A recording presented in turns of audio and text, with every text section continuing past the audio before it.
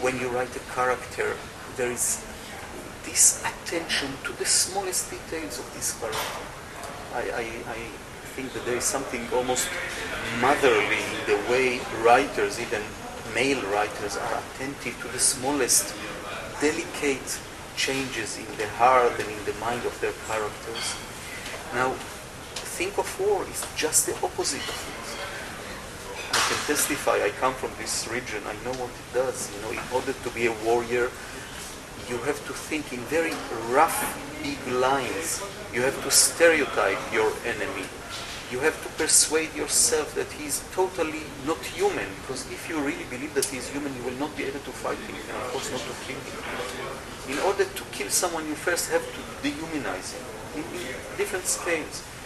You have to forget that he suffers like you, that he loves like you, just to make him non-being, so to say. I feel that maybe this puts a lot of challenge, maybe responsibility on us writers in such a situation. Both to remind ourselves first and then the readers that reality is so much more complicated and rich than what the papers or the generals or the politicians allow us to understand. They don't want us to understand. I'm amazed when I meet with politicians, even the most clever ones. I met, I think, with all the leaders of Israel until now. How superficial and one-track-minded they make themselves in order to continue doing what they are doing. It was the German philosopher Hegel, and he said, it is the wicked, the bad guys who make history. You have to make yourself wicked if you really want to make big steps in history, which almost always are violent steps. But living in my area, I can see the reverse of this sentence. How a certain history makes people wicked. How the need to be more devoted to a violent enemy, how it kills something within you. So you should be able to function better, just like that. And when I write, just by the very writing, by the diversity, the richness, the layers of it, I think I can deliver the feeling to the people intuitively that reality is so rich, that life is so rich, that this is not only what we are doomed to because we live in this catastrophe zone. The story is about a woman who, Ora, yes, her name in Hebrew. Ora is Lucia, I think, or Lucia, or something like that. And she has a son, his name is Ofer. Ofer in Italian is cerbiatto. Cerbiatto. Yeah. And the son suddenly has to go to the battle. There is another big operation, and she has an intuition that something bad will happen to him.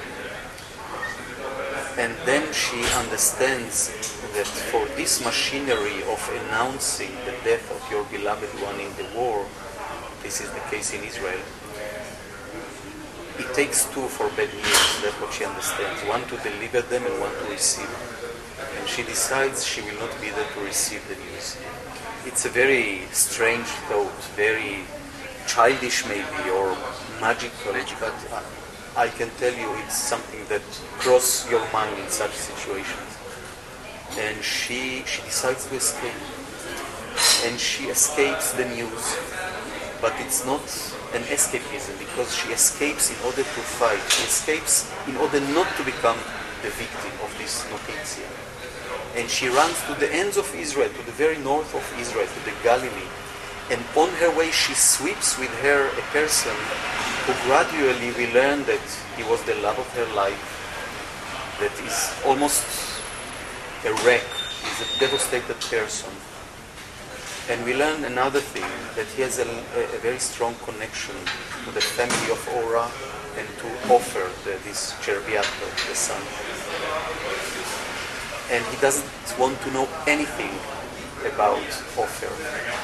He is afraid to be connected emotionally to him, because he does not want to be in this life, this person. But Ora, believing that she can protect Ofer by the very act of telling his life story, with all the smallest details, from the way he was conceived until how he was born, how she breastfed him, how he stood for the first time, how he made the first steps in his life. And gradually Avram becomes more and more aware of what she suggests to him with the story. He becomes enchanted by the story life of Ofer, and gradually, like it happens with stories, he becomes more intertwined with life itself. And the whole novel is a kind of this journey that on the one hand Ora tries to fight for her son, and she also is afraid that something might happen to him, something bad.